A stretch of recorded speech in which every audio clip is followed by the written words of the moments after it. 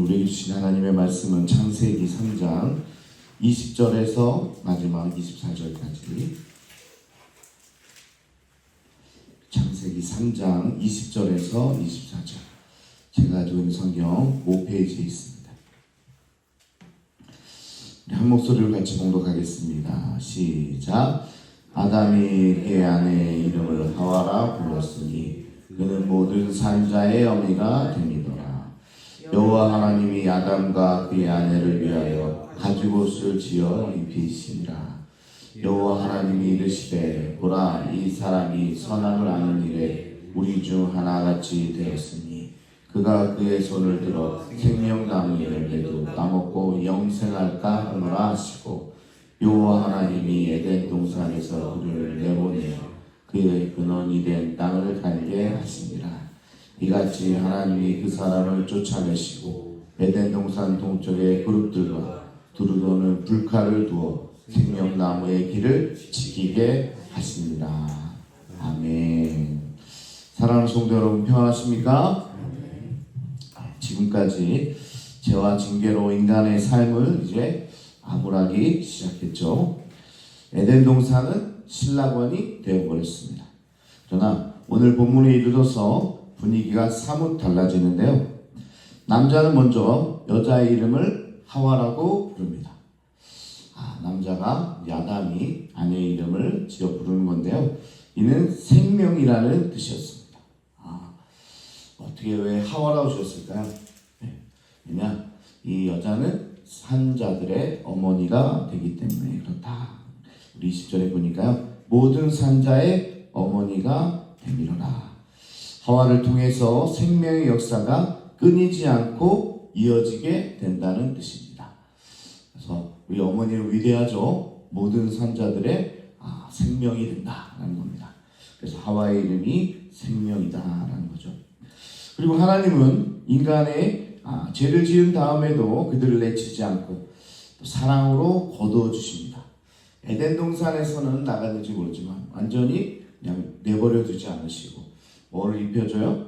가죽옷을 입혀주시는 거죠. 다시 한번 하나님의 사랑을 느낄 수 있는 부분인데요. 지금까지 뭐예요? 그들 스스로가 무화과 잎으로 만들었던 엉성한 가리개였는데, 무화과 잎으로 만든, 하나님은 더 튼튼하고 따뜻하게 그들을 감싸 주신 거죠. 그게 가죽옷입니다. 그래서 가죽옷은 사랑입니다.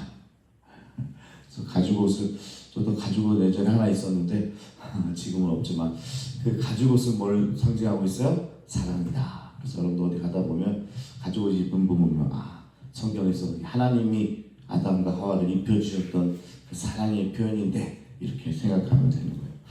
자, 인간의 죄에도 불구하고 하나님의 구원의 역사는 계속된다는 것을 보여주는 사건, 바로 가죽옷을 입혀준 사건이다. 더 나아가 이러한 사실은 운명의 기초를 이룬 각종 제도와 소유물들이 인간의 업적이 아니라 하나님의 선물이라는 사실도 암시해 주고 있는 거죠. 자, 인간이요, 어떻게 보면 무화과 나무 잎으로 여러 가지 식물로 이렇게 살다가 가죽옷을 입혀주면요, 인간이 똑똑해서 그렇게 한 게 아니라 하나님께서 인간에게 내어준 사랑이었다. 인간을 고작 무화과 잎 정도지만 하나님이 인간에게 선물해 준 것은 클래스가 다른 가죽옷이라는 사실이다. 그래서 인간이 발전할 때도요, 인간 스스로의 능력이 아니라 하나님께서 그때마다 지혜를 주시고 또 선물로 우리에게 그런 발전할 수 있는 기회를 허락하여 주신 거다라는 겁니다. 또한 인간의 수치를 가리기 위해서 짐승이 희생된 사실은, 가죽옷을 만들려면 짐승이 희생돼야 되잖아요. 장차 인간의 추악한 죄를 가리기 위해 의의 옷을 입혀주실 어린 양 예수 그리스도의 대속적 죽음을 예고하는 장면이기도 한다라는 겁니다. 가죽옷이 어떻게 보면 하나님의 사랑인데, 그 가죽옷, 그 사랑을 덧입기 위해서는 어떤 동물은 죽어야만 했죠. 그래야 가죽을 쓸 수 있으니까. 그게 바로 예수 그리스도 한 분이 죽어야만 우리에게 생명을 주시고 또 우리를 사랑하시는 하나님의 사랑이 확증되는 것입니다. 그래서 대속적 죽음을 예고하는 것이 바로 이 가죽옷이다. 그래서 이 모든 게 하나님의 계획 가운데 있었다는 겁니다. 독생자 예수 그리스도를 이 땅에 보내주시고 그를 십자가에서 죽게 함으로 우리에게 영원한 생명을 허락해 주셨다. 그게 이때부터 계획이 있던 겁니다. 그냥 갑자기 생긴 게 아니라 인간이 죄를 지었기 때문에 하나님께서 가죽옷을 입혀줄 때 이미 구속의 역사를 계획하고 있었다는 것을 우리가 볼 수 있습니다. 그리고 그 아들을 믿는 자들에게는 다시 하나님과 교제할 수 있는 길을 열어주셨다는 겁니다. 다시 하나님과 만날 수 있고 하나님과 함께 할 수 있고 하나님과 더불어 평화를 누릴 수 있게 되는 거죠.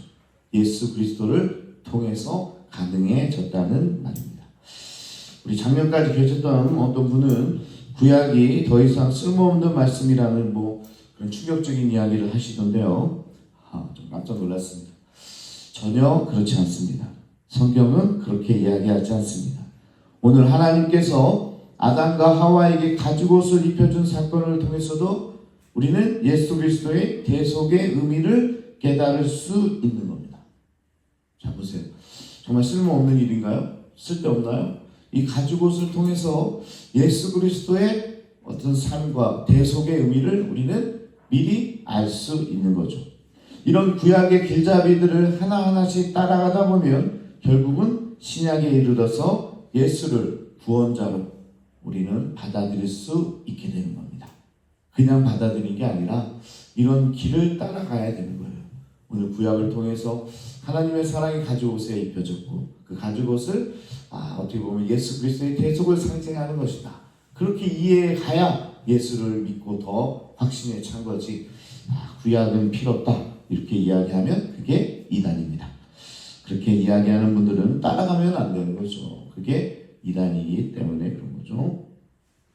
다시 말씀으로 돌아가서 하나님은 아담과 하와를 에덴 동산에서 추방하는 동시에 이들이 생명나무 가시를 따먹고 영생하는 걸 막으십니다.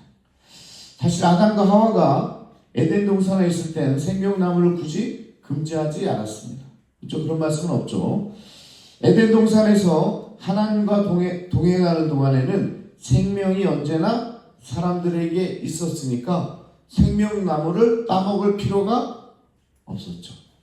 그런데 이제 벌로 뭐가 주어졌어요? 죽음이라는 게 주어졌기 때문에 뭐가 필요합니까? 이제 인간에게 생명나무가 필요한 거죠. 사람은 선악을 알게 하는 나무를 먹음으로써 하나님께 도전했고 에덴 동산과 하나님으로부터 분리되고 말았습니다. 그리고 죽음이라는 현실을 받아들이게 되죠. 그렇다면 인간은 영원한 생명을 쟁취하려고 다시 에덴 동산을 넘볼 것이 자명합니다. 에덴 동산에 뭐가 있으니까? 생명나무가 있기 때문에. 그래서 하나님은 그걸 막으십니다. 그런 것 같아요. 사람들이요, 선악을 알게 하는 나무를 먹고 눈이 밝아졌잖아요. 그래서 이제 자신의 지혜를 발전시켜서 모든 것을 하려고 합니다. 학문을 발전시키고 기술을 발전시키고 문명을 일으키고 진리를 찾아 끝없이 도전하는 게 인간의 모습입니다. 그리고는요, 어디까지 가게 돼요? 인간은 언젠가 생명 영역까지 이르려 한다는 사실을 하나님은 누구보다 더 잘 아시는 겁니다. 우리가 문명이 발전하면 뭐를 극복하고 싶어요? 항상 사람들이 영원히 사는 거잖아요. 그 지지영 같은 사람들이 불로장생을 구하야 뭐라고 막 그렇게 이야기하잖아요. 사람들이 다 누리면 뭘 원해요? 영원한 생명을 원하는 거예요. 죽지 않기를 원하는 거예요. 그게 인간이 마지막 추구할 그런 욕구라는 겁니다. 하나님이 너무나 잘 아시는 거죠. 그래서 그 생명나무를 지키는 불칼을 드는 거죠. 그룹들을 두고 지키는 겁니다. 그래서 24절에 보니까 에덴 동산 동쪽에 그룹들과 두루도는 불칼을 두어 생명나무의 길을 지키게 하셨다. 인간은 생명의 신비를 보는 눈을 가질 수는 있었지만 생명의 주권을 소유할 수는 없게 되었습니다. 그리고 하나님은 인간의 위치에 서게 하는 것이죠. 생명까지, 영원한 생명까지 누리게 되면 결국 하나님을 넘보는 게 바로 인간입니다. 그래서 하나님은 인간의 위치에 뒀다라는 겁니다. 어떤 위대한 이 위인도 이 죽음의 문제를 그래서 우리는 넘어설 수 없다. 정말 대단한 사람도 어떻게 돼요? 다 죽게 된다. 지금 누구를 할까요? 트럼프 지금 미국 대통령 온 세계를 다 그냥 주물럭주물럭 할 수 있죠. 자기 하고 싶은 대로 다 할 수 있는 사람입니다. 그런데 그도 얼마 안 남았습니다. 한 80 됐잖아요. 그래서 80 넘었죠. 하여튼 그도 얼마 안 남았어요. 이 죽음의 문제를 직면하게 될 것이다. 아무리 AI 시대가 도래하고 양자 컴퓨터와 제 기능을 발휘하는 시대가 온다 할지라도 죽음을 이길 사람은 아무도 없습니다. 의학이 이렇게나 발전했지만 여전히 사람들은 암이라는 질병에 여전히 목숨을 잃고 있다는 거죠. 결국 이 생명, 영원한 생명을 얻을 수 있는 길은 인간에게서 찾을 수 없다. 그렇다고 해서 하나님이 인간에게 죽음만 둔 것은 아닙니다. 생명을 얻을 방법도 알려주시는 거죠. 그게 바로 참된 구원이시고 영원한 생명의 열쇠 되시는 예수님을 통해서 인간은 진정한 생명을 소유하게 될 것이다. 인간 스스로 생명나무를 따먹는 것이 아니라 하나님께서 베풀어 주신 선물을 통해서 예수 그리스도를 믿음으로써 우리는 영원한 생명을 누리게 될 것이다. 비록 인간의 범죄로 지상 낙원인 에덴 동산의 문은 닫혔지만 하나님은 예수 그리스도의 대속을 통해서 이제 무슨 낙원을 허락하여 주세요? 에덴 동산은 닫혔지만 하늘 낙원은 열리게 되었습니다. 그게 천국이죠. 하나님께서 예비하시는 영원히 사는 그 하늘 낙원, 천국을 우리에게 예비해 주셨습니다. 그래서 그 열쇠가 뭐라는 거예요? 예수 그리스도라. 예수 그리스도와 함께할 때 우리는 새 생명을 얻게 되고 그게 우리의 소망이 된다는 사실입니다. 창세기는 사람의 범죄에 대한 형벌을 세세히 제시할 뿐만 아니라 그 형벌에 덧붙여지는 하나님의 은혜를 함께 제시하는 패턴을 가지고 있습니다. 앞으로 우리 창세기를 계속 읽어나갈 텐데요. 창세기에는요, 인간이 범죄를 하면 하나님은 정의롭기 때문에 벌을 내리세요. 그런데 벌을 내리는 동시에 뭐를 줘요? 하나님의 축복이 여기에 임하여 있는 거예요. 그래서 어제 얘기했잖아요. 축복이 있는데 고난의 보자기에 쌓여있다. 그렇잖아요. 그래서 하나님의 사랑이 동시에 함께 들어있는 거예요. 그래서 앞으로 살펴볼 겁니다. 이 가인도 마찬가지예요. 우리 다음 주에는 가인 이야기로 들어가는데 가인이 잘못했잖아요. 그래서 벌을 받아야 되는데 또 그 가운데도 하나님의 사랑이 있어요. 그래서 다른 사람들이 가인을 치지 못하도록 그래서 하나님께서 돌봐주세요. 하여튼 그 항상 징벌과 사랑이 같이 있다. 그러면 우리 인생을 볼 때도 우리가 고난 가운데 있을 때도 항상 하나님의 축복이 이 고난 가운데 있다는 사실을 깨달아야 되는 거예요.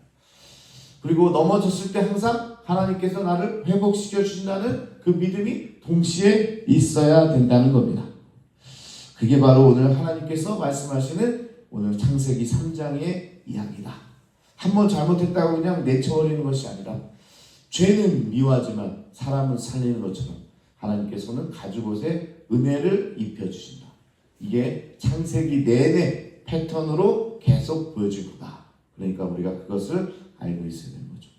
또 생각나네요. 노아가 물로 사람들 다 심판하는데 이 노아의 가족들은 이 무지개를 통해서 또 구원해 주신 역사가 함께 들어있잖아요. 그러니까 앞으로 창세기를 보면서 그것을 느꼈으면 좋겠습니다. 그것이 또 여러분의 삶까지도 함께 했으면 좋겠습니다. 지금 힘들고 어려운 시기를 겪고 있는다 할지라도 여기에 매몰되지 마십시오. 그래도 하나님의 사랑이 계속적으로 이 가운데도 부어질 것이다. 그것을 오늘 말씀이 이야기하고 있다는 겁니다.